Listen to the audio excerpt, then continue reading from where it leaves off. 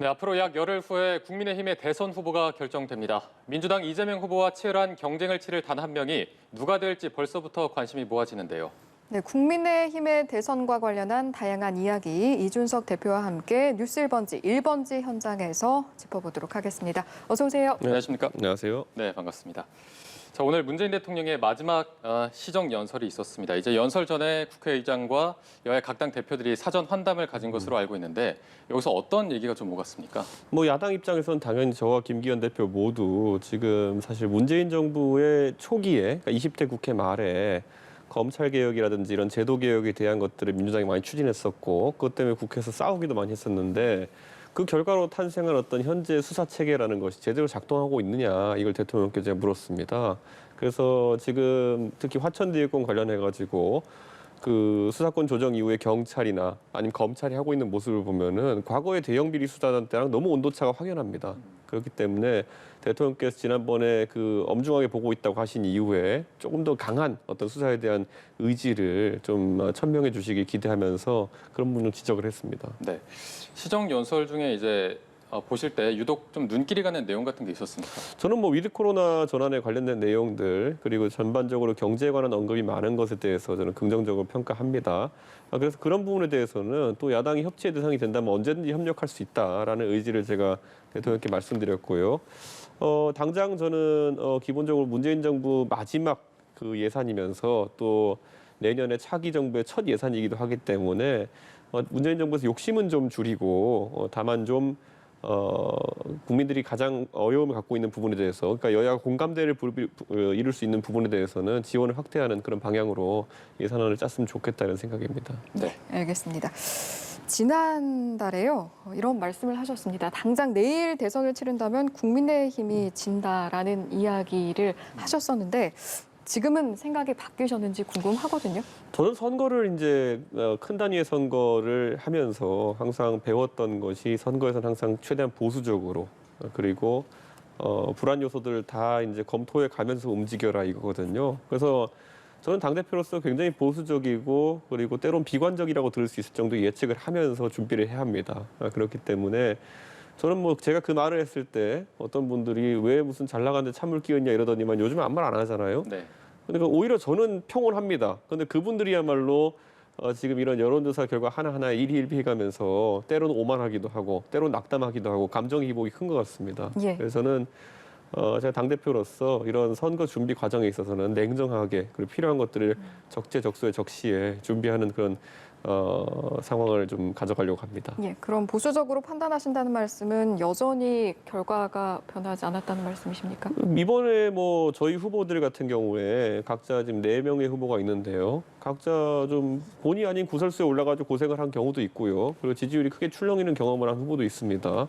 저희 최종 후보가 누가 된다 하더라도 이런 어떤 위험 요소들은 항상 존재하는 것이기 때문에 항상 겸손한 자세로 돌다리로 두들겨 가면서 움직여야 되는 게 선거인데 저는 왜 그렇게 한 달 전쯤에 오만하다고 보일 정도의 그런 모습들이 있었는지 지금 이해가 가지 않습니다. 다들 너무 들떠 있는 것 같기 때문에 최대한 제가 자제시키도록 하겠습니다. 네, 그렇습니다. 지금 각 4명의 후보들의 어떤 구설수나 논란에 대해서 언급을 해주셔서 지금 윤석열 경선 후보 같은 경우에는 어떤 전두환 발언이나 반려견 사과 사진 논란이 계속되고 있고 그 해명하는 과정에서도 논란이 계속해서 나오고 있거든요. 지금 당대표로서 여러 가지 어떤 자료를 받아보고 다각도로 분석하고 계실 텐데 현재 여론의 어떤 향방, 민심의 향방은 어떻게 보고 계십니까? 저는 기본적으로 저희 경선이야 어쨌든 굉장히 훌륭한 4분이 이제 붙으면서 토론도 할 때마다 관심을 가지고 있고 그리고 또 굉장히 좀 접전이 벌어질 것으로 예상되는 그런 결과도 있습니다. 그렇기 때문에 끝까지 흥행할 것이다 이렇게 보고요.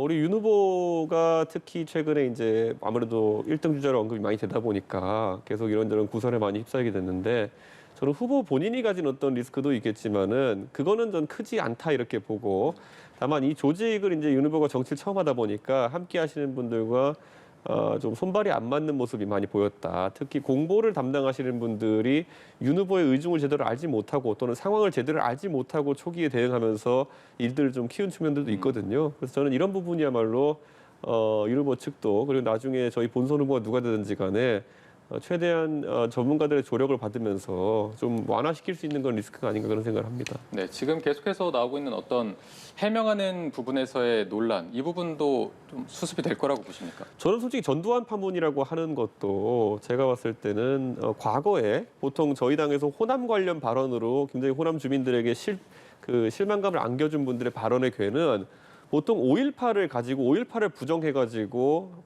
광주 민주화운동으로서의 성격을 부정해가지고 그걸로 이제 실수를 한 경우가 많았거든요. 근데 이번에 윤 후보의 발언을 정확하게 들어보면은 5.18과 12.12는 잘못된 것을 규정하고 다만 다른 것에 이제 좀 평가할 것이 있다 이런 거였는데 제가 봤을 때 이건 표현상의 실수가 큽니다. 이거는 이게 뭐 윤 후보가 실제로 5.18과 12.12를 뭐 이렇게 가지고 부적절한 얘기를 한 게 아니라요. 정반대죠. 그렇기 때문에 이런 기술적인 면이라말로 옆에 공보를 하는 분들이 잘 이제 좀 처리를 했었어야 되는 것인데 지금은 두서없이 이렇게 나가다가 오히려 내용을 잘 모르는 국민들 입장에서는 그 윤 후보가 무슨 그 호남 관련 발언을 전두환 대통령 관련 발언 잘못했다니까 5.18에 대해서 뭐 부적절한 발언을 했다든지 이런 식으로 오해하는 경우도 있습니다. 근데 저는 이런 거야말로 앞으로 윤 후보 측에서도 좀 적절한 대응이 필요할 것으로 보입니다.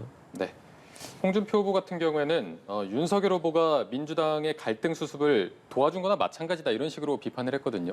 어떻게 동의를 좀 하십니까? 뭐 그런 해석을 뭐 경쟁 후보로서 할 수는 있겠지만은 저는 윤 후보에게 민주당을 돕고자 하는 어떤 의도도 없었다 이렇게 봅니다. 의뢰 이건 선거를 하다 보면은 겪게 되는 여러 가지 오해나 아니면 실수에 가까운 것인데 또 홍 후보가 경쟁 중이긴 하지만은 의도까지 그렇게 곡해하거나 아니면 뭐 속된 말로 이적 행위를 했다는 거 아니겠습니까 지금 그렇게까지 표현하는 건 좀 과한 지점이 있다. 하지만 그렇다고 해서 윤 후보 측도 이번 일에 대해서 좀 성찰적이고 교훈을 얻는 자세로 가야 되는 것인 게 이런 일이 반복되면은 팀 자체가 흔들립니다. 네. 그렇기 때문에 이런 건 좀 조심해야 된다는 생각합니다. 예.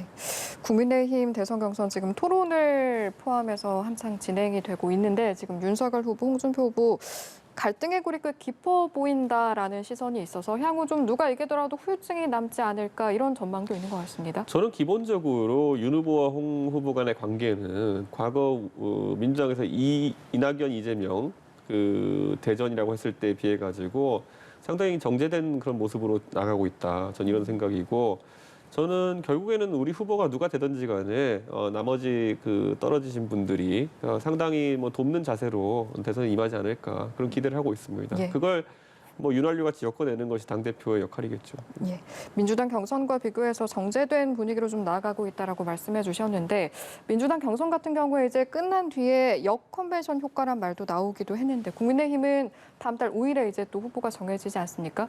이후의 추세는 좀 어떻게 예상을 하시는지요? 현재 제가 그래서 지하실에서 이제 비단 주머니라는 걸 계속 만들고 있고 그걸 통해 가지고 초기에 굉장히 저희가 이슈를 선도해 나가야 된다 그런 생각을 하고 있습니다. 그래서 우리 후보가 최고의 컨벤션 효과를 누릴 수 있도록 저희 당 조직에서 할 수 있는 것들을 다 할 계획입니다. 지금 민주당 같은 경우에는 이재명 후보를 선출해 놓은 다음에 불협화음만 계속 한 1, 2주 노출되다 보니까 뭐 그런 어떤 컨벤션 효과가 나타나지 않았던 그런 측면이 있는데 저희는 충분히 화합할 수 있는 그런 장치들을 마련하고 있습니다. 네. 사실 이제 이준석 대표께서는 토론에 또 일가견이 있으신데 지금 현재 국민의힘 대선 후보 4강 주자들의 토론 점수를 매겨본다면 어떤 점수를 종합적으로 저희가 좀 받아볼 수 있을까요? 이게 뭐 다들 동일한 무기를 가지고 싸우는 게 아닙니다. 어떤 분은 창을 들고 있고 어떤 분은 칼을 들고 있고 그렇기 때문에 정확하게 1대1로 어떻게 서로 평가하기는 어려운 측면이 있지만 네네. 각자 개성이 굉장히 세고요. 그래서 저는 다만 안타까운 점이 있다고 한다면은 내가 가지고 있는 A 후보에 대한 고정적인 이미지를 유권자가 갖고 있다면은 그 다음에 또 이제 득표력을 확장할 수 있는 계기는 이런 모습인 줄 알았는데 이런 모습도 있네. 뭐 이런 것이 있으면은 저는 득표력의 확장성이 더해진다 이렇게 보거든요. 그런데 이번에 저희 후보들이 본인들이 갖고 있는 장점을 강화하는 것 이상의 어떤 새로운 면을 보여주는 데는 아직까지는 좀 미진한 부분이 있다 이렇게 평가를 하겠습니다. 제가 전당대회 때를 보기에 보면 저도 이제 방송 많이 하고 이러면서 제 방송 스타일이라는 것이 대중에게 노출되어 있었지만은 그 다음에 이제 대중들이 저에 대한 표에서 이제 더 확장성을 얹어줬던 계기가 대구나 광주에서 연설을 하면서 이제 그런 것들을 보고 이제 그랬던 것인데 아무래도 이번에는 후보들의 그런 어떤 한 가지 이제 부스터 효과라고 할까요? 그런 걸 누릴 수 있는 그런 지점들이 아직까지 발견되지 않고 있어가지고 뭐 그분들이 원래 가진 장점을 강화하는 수준에 지금 이제 그치는 것이 약간 아쉽긴 합니다. 네. 그리고 앞서 아까 말씀하실 때 지하실에서 이제 비단 주머니를 만들고 있다 이렇게 언급해 주셨는데 네. 이게 각 후보별로 줄 수 있는 비단 주머니가 준비되어 있는 건가요? 후보별로 저희가 준비하지는 않고요. 다만 어느 후보가 된다 하더라도 초기에 충분한 컨벤션 효과를 누릴 수 있고 그리고 이 대선 과정에 있어가지고 요소 때마다 후보들에게 새로운 이미지를 선사할 수 있는 그런 장치들을 지금 마련해 놓고 있습니다. 네. 그리고 지금 현실성이 떨어진다는 얘기도 나오긴 하는데 후보들 간의 어떤 단일화 가능성 이 부분은 당대표로서 어떻게 보고 계십니까? 마지막까지 이제 사실 그런 것들은 변수로 작용할 수 있겠지만은 보통 4자 구도가 되면 단일화라는 걸 추진하기 좀 어렵습니다. 보통 3자 구도에서는 2등, 3등 후보가 1등 후보를 상대로 단일화하는 국면이 자연스럽지만은 지금과 같은 상황 속에서는 예를 들어 2등, 3등 후보나 아니면 다른 두 명의 후보가 단일화를 추진했을 때 나머지 남아있는 한 명의 후보가 또 야합이라고 공격할 가능성이 있습니다. 그래서 효과가 좀 떨어질 수 있기 때문에 저는 4인 체제에서 단일화는 쉽지는 않다 이렇게 말씀드리겠습니다. 네. 그리고 경선 룰에 이제 여론조사 문항을 놓고도 후보 간의 어떤 첨예한 갈등이 예고되고 있는데 이제 선관위 룰 세팅 관련해서는 어떤 의견 표명도 하지 않으셨잖아요. 네. 앞으로도 좀 의견을 표명하지 않으실 건지 혹시나 어떤 좀 큰 방향성 측면에서는 어떤 식으로 나가야 된다 이런 입장이 있으십니까?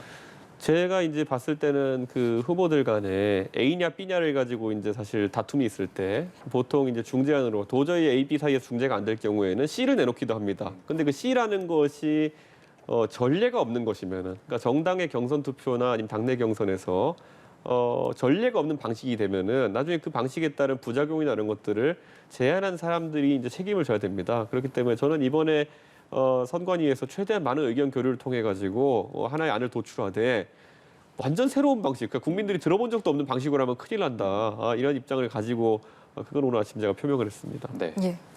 이런 상황에서 국민의당 안철수 대표 대선 출마 초입기에 들어갔다는 전망이 나오고 있는데 그래서인지 국민의힘에서도 좀 국민의당과의 합당을 감안해 두고 비워뒀던 최고위원 자리 오늘 임명하신 걸로 알고 있는데 맞습니까? 예, 저는 뭐 저희가 뭐 많은 국민들이 아시겠지만은 제가 당 대표가 되자마자 그 주 주말에 안철수 대표를 바로 뵙자고 해가지고 합당을 추진하자라고 해서 저희는 바로 협상 실무단을 꾸렸고 추진하고 있었는데 국민의당 쪽에서 이제 당명을 저희한테 변경하라고 하는 등 사실상 좀 무리한 요구를 하면서 이 협상이 틀어졌고 그렇기 때문에 그 다음에 저는 이제 마지막에 언제든지 국민의당이 합당을 하고 싶은 의지가 있으면 다시 이야기해라. 하지만 네. 그 전까지 우리가 이제 이것을 끌고 가지 않을 것이다. 라면서 잠정 중단을 저희가 선언한 것인데 저는 지금도 마찬가지입니다. 안철수 대표 측에서 범야권의 일원이 되고 싶다고 한다면은 그 단일화나 이런 방식을 택할 것이 아니라 합당을 택하는 것이 맞거든요. 왜냐하면 아무도 뭐 협박하거나 뭐 이렇게 하지 않았는데 본인이 먼저 하겠다 그랬거든요. 예전에 합당을. 그거는 다 아시겠지만은 서울시장 선거 때 본인이 후보로 선출되지 않을 상황에 처하게 되니까 부여지책으로 국민들한테 약속한 거 아니겠습니까? 이 나중에 선거 결과 관계없이 합당을 하겠다는 취지로 말씀하셨는데 지금 서울시장 선거 끝나고 나니까 슬근슬근 이제 말이 조금씩 바뀌기 시작하더니만은 대선을 본인들의 당원 당규를 어겨가면서까지 이제 독자 출마를 이제 눈앞에 두고 있는 거 아니겠습니까? 저는 이런 식으로 가는 것은 새 정치가 아니다라고 판단하고요. 저는 과거에 안철수 대표가 제3당을 추진하겠다. 그러니까 제3의 길을 추진하겠다고 할 때 안철수 대표가 버전 1.0이라면은 작년 총선 때부터 안철수 대표가 보이는 모습이라고 하는 거는 안철수 2.0인데 이건 말 그대로 나는 범야권이다를 이렇게 선언하고 움직이고 계세요. 지난 총선 때 국민의당 2를 만드시면서 국민의당은 지역구 후보 안 내고 비례대표만 내겠습니다. 이게 뭡니까? 우리는 비례위성정당입니다. 그러니까 우리에게 표를 나눠주십시오. 보수 유권자 여러분을 선언한 것이거든요. 자, 거기서 이미 안철수의 과거 정치와 달라진 모습이고요. 그리고 올해 초에 보면 서울시장 선거에 나올 때 출마 일성이 뭐였냐면요. 야권 단일 후보가 되겠다였어요. 저희한테 물어보지도 않고요. 그러니까 그 말은 뭐냐면은 나는 앞으로 보수 유권자의 표에 기대고 싶고 국민의힘 지지층의 표에 기대고 싶은데 다만 뭔가 당신들의 안에 들어가서 경선을 하기 싫어. 그냥 이 얘기를 반복하고 계신 거거든요. 서울시장 때도 당에 들어와서 경선 치르시면 되는데 그거 하기 싫어서 안 하시다가 지금 사실 경선에서 패한 거 아니겠을까요? 단일화 경선에서. 지금 대통령 선거도 마찬가지입니다. 어떤 불리한 조건도 없이 지금 보시면 경선 과정에서 안철수 대표가 불리한 조건이 뭐가 있었습니까? 합당을 했으면은 지금 경선에서 전 4강 안에 들었을 수 있다. 높은 확률로 그렇게 봅니다. 근데 그거 안 하다가 이제 와가지고 나중에 후보는 되고 싶고 그렇기 때문에 또 단일화하자 그러고 이게 자꾸 반복되면요. 감동 요소가 사라질 뿐만 아니라 이게 상습적이게 됩니다. 국민들이 보기에는 안철수 대표는 모든 선거에 다 나오네. 그런데 이제는 뭐 제3의 길 이런 것도 아니고 그냥 보수 정당의 후보가 되고 싶은데 그렇다고 호랑이 들고 구걸에 들어가서 싸울 생각 없고 그러다 보니까 계속 당 밖에서 때가 되면은 단일화하자고 하는구나 이런 인상이 바뀌게 되면은 저는 국민들이 지겨워할 것이다. 이미 전 그렇다 봅니다. 예. 그런데 이제 안철수 대표가 끝까지 뛰지 않을 것이다 이렇게 전망을 하셨거든요. 특별한 이유가 있습니까? 그렇게 전망하신? 서울시장 선거도 끝까지 안 뛰셨고요. 그리고 아까 말했던 국회의원 선거도 총선 때도 당을 만드셔가지고 지역구를 붙는 그런 선택을 안 하셨어요. 그러니까 결국에는 단일 후보가 내가 되면은 하는 거고 끝까지 그 기회를 노릴 것이고요. 안 되면 그냥 중간에 포기할 가능성이 높습니다. 이 대선이라는 거는 출마한다는 것만으로도 상당한 금전적 부담이 있는 것이고 그리고 결과에 대해 가지고 정치는 평가를 받는 것이기 때문에 이번에 성적표가 만약에 독자 출마를 강행했다가 초라하게 나온다면은 안철수 대표의 정치할 수 있는 동력이 많이 상실된다. 그건 안 대표께서 가장 잘하실 겁니다. 예. 이번 대선 그런데 그럼에도 불구하고 유난히 무당층도 많고 또 1대1 구도로 봐도 박빙인 상태이기 때문에 제3지대와의 연대에 대한 관심도 많이 모아지는 것 같습니다. 조금 전에 말씀해 주신 안철수 대표 또는 김동연 전 부총리 등까지 관련해서 좀 가지고 계신 의견이 있으신지요? 저는 김동연 부총리가 어쨌든 문재인 정부에 있었지만은 결국에는 문재인 정부와 경제적 관점에 상당한 이견을 노출하면서 퇴임을 하셨던 분이기 때문에 저는 본인의 입장이라는 것이 결국은 민주당과 함께하기는 어려운 것이 아니냐 이런 생각을 하고 있습니다. 그래서 범야권으로 분류해서 저는 범야권에서 김동연 부총리가 역할을 찾는다고 한다면은 저는 국민의힘 입장에서 당연히 그분과 함께하지 못할 이유가 없다. 저는 그렇게 생각합니다.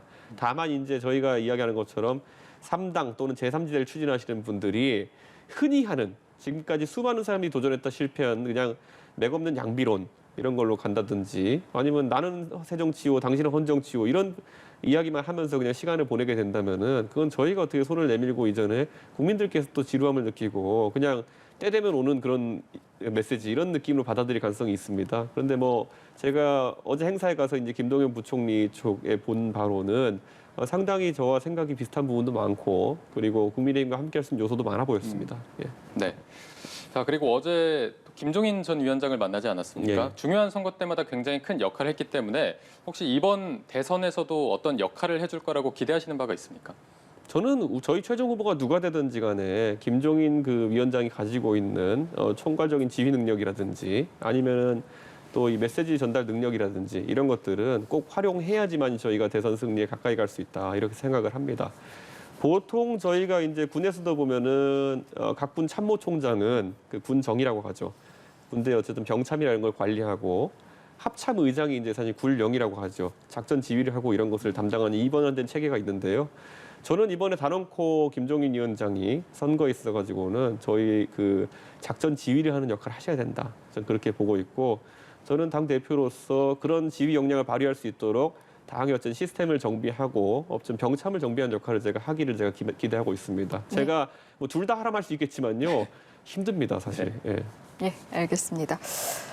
사실 지난주에 많은 관심을 모았던 것이 두 번의 경기도청 국정감사 내용이었는데 물론 국민의힘에서도 많은 준비를 하셨겠지만 한 방이 없었다 이런 평가가 많았습니다. 자평은 어떻게 하실 수 있을까요? 뭐 국정감사라는 것이 뭐 굉장히 불법적인 방법으로 뭐 정보를 취득하고 이런 게 요즘은 되는 세상이 아닙니다. 그러다 보니까 저희 의원님들이 의정 활동을 통해서 의심 가는 내용에 대해서 증인 신청도 하고 자료 제출 요구도 하고 그 돌아온 걸 바탕으로 해가지고 저희가 질의를 하고 이게 이제 통상적인 일정인데 민주당이 지금 이제 사실 다수 의석을 점하고 있다는 이유로 이런 것들을 다 불가능하게 만들어 놓고 지금 진행하고 있기 때문에 저는 저희 의원님들이 상당히 의정 활동하는데 한계가 있었을 것이다 이렇게 생각합니다. 예. 다만 오늘 제가 저희 의원님들한테 오전에 말했던 거는 그럼에도 불구하고 의원님들이 굉장히 열성적으로 국정감사에 임했기 때문에 국정감사가 끝난 다음에 이재명 후보가 소위 말하는 컨벤션 효과도 누리지 못했고 기본적으로 이재명 후보의 양자 대결 지지율이라는 것이 좀 떨어지는 추세의 조사가 나왔던 것이거든요. 그렇기 때문에 저는 이재명 후보가 참 크게 간과했던 것이 이게 모르쇠로 일관한다고 해가지고 국민들이 그것을 진짜 믿어줄 것이다. 본인의 해명을 그렇게 생각하면 안 되는 것이 지금 뭐 대장동 말고도 백현동이니 뭐니부터 해가지고 다 나오지 않습니까? 저는 이게 왜 성남에서 이런 일들이 되게 빈번하게 발생했고 구조적인 문제로 본인이 시장 재직 시에 이렇게 발전하게 된 것인지에 대해서는 제대로 된 해명하기 전까지는 국민들이 또 저희 국민의힘이 놔주지 않을 것입니다. 예, 대장동 의혹 관련해서 이제 이재명 후보 이야기를 저희가 해봤는데 조금 전에 공수처가 고발 사주 연루 의혹을 받고 있는 손준성 검사에 대해서 구속영장을 청구를 했습니다. 영장에는 지금 윤 전 총장의 공범 가능성이 적시가 됐었는데 향후 파장은 좀 어떻게 예상을 하시는지요? 저는 만약에 이제 이 고발 사주 의혹에 대해 가지고 윤 후보가 실제로 뭐 지시나 아니면은 이런 것으로 개입한 정황이 있다고 한다면은 그건 윤 후보가 상당히 좀 여론 지탄을 받을 소지가 있다 이렇게 보지만은 다만 지금까지는 그런 정황이 드러나지 않았습니다. 그리고 기본적으로 손준성 검사 같은 경우에는 공무원으로서 본인의 처신을 하는 것이지만은 지금 저희 김웅 의원 같은 경우에는 퇴직한 검찰 공무원이자 그 당시 정치인으로서 일을 이제 처결했던 것이기 때문에 실제로 그 문건을 수령한 사람에게 가해지는 책임이라는 것은 제한적입니다. 그래서 저는 김웅 의원이 조금 더 적극적으로 이런 진상규명 의지를 가지고 이런 어떤 수사라는 거에 임했으면 하는 그런 생각을 가지고 있습니다. 네. 지금 국민의힘 입장에서는 어떤 지속적인 대장동 특검을 도입하자 이런 주장을 하고 있는데 현실적으로 이제 민주당에서 수용하지 않는다면 불가능하지 않냐, 힘들지 않냐 이런 시각이 있는데 여기에 대해서는 어떤 다른 돌파구를 갖고 계십니까? 전 기본적으로 이 민주당의 이상민 의원께서도 누차 언급하셨지만은 특검을 받지 않고 민주당이 이 문제를 개운하게 처리할 가능성은 없다. 전 이렇게 보고요. 사실 민주당도 과거에 보면 BBK나 다스 같은 건에 대해 가지고 거의 뭐 10년 가까운 세월 동안 꾸준하게 재수사나 아니면 특검을 요구하면서 끌고 와가지고 본인들이 정권을 잡은 뒤에 이명박 대통령에 대해 취재를 사실 한 거 아니겠습니까? 그렇기 때문에 저는 이 특검이라는 것이 본인들이 다수 의석을 점하고 있다고 해서 계속 막아 세운다고 해가지고 이것이 영구적으로 그렇게 종결될 사안은 아니다. 왜냐하면 이 사안은 우리 시청자분들도 잘 보셔야 될 게 굉장히 심한 지방 권력의 결탁이 된 비리인 것이 기본적으로 국가의 토지 수용권이라는 걸 이용해가지고 원주민들의 땅을 강탈하다시피 한 겁니다. 헐값에 강탈하다시피 해가지고 그것을 공공의 이익을 환수한다고 하면서 실제로는 민간이 상당한 이익을 가져가게 해가지고 분양해가지고 사실 수익 남기게 하고 그런 어떤 아주 구조적인 어떤 그런 비리였기 때문에 저는 이거는 피해자가 다수 존재하는 상황 속에서 끝까지 저는 이거는 묻어놓을 수 없는 사안이다 이렇게 봅니다. 예, 마지막으로요. 이재명 후보 내일 이제 후보 등록을 하고 곧 문재인 대통령과도 만남을 가질 가능성에 대한 이야기가 나오고 있거든요. 국민의힘 입장은 어떻습니까? 정치 중립 위반이란 입장입니까? 저는 뭐 기본적으로 여당의 대통령 후보가 대통령을 만나는 것이 뭐 이례적인 상황은 아닙니다. 그러나 문재인 대통령께서도 이 사안을 엄중하게 바라보고 계신다면은 이재명 지사가 국민들에게 받고 있는 의심을 생각해 봤을 때 그 시기를 지금으로 잡는 것은 굉장히 위험하다. 예전에 문재인 대통령께서 예를 들어 윤석열 검찰총장을 임명하면서 살아있는 권력에도 수사를 하라고 이제 했었는데 그때 했더니만 어떻게 됐습니까? 윤 총장 추미애 장관이 괴롭히고 실제 검찰총장 사퇴까지 하지 않았겠습니까? 안 그래도 그런 이력 때문에 지금 검찰이나 경찰 같은 경우에는 엄중하게 바라보고 있다는 대통령의 그 어휘를 어떻게 해석해야 될지 약간 헷갈릴 겁니다. 그런데 그 와중에 가장 큰 의혹을 받고 있는 지금 수사를 해야 되는지 말아야 되는지 여론이 팽팽한 이재명 그 후보를 만나가지고 문재인 대통령이 덕담이라도 한마디 하게 된다면은 수사기관 입장에서는 뭐 이걸 수사하라는 거냐 말라는 거냐 이거 수사했더니만 또 나도 윤석열 총장처럼 나중에 또 불이익 당하는 거 아니야? 네. 이런 생각하면 수사는 물 건너 간 겁니다. 그렇기 때문에 대통령께서 좀 이거는 엄중하게 판단하셔가지고 신중하게 행동하셨으면 좋겠습니다. 네, 알겠습니다. 오늘 국민의힘 이준석 대표와 함께했습니다. 고맙습니다. 고맙습니다.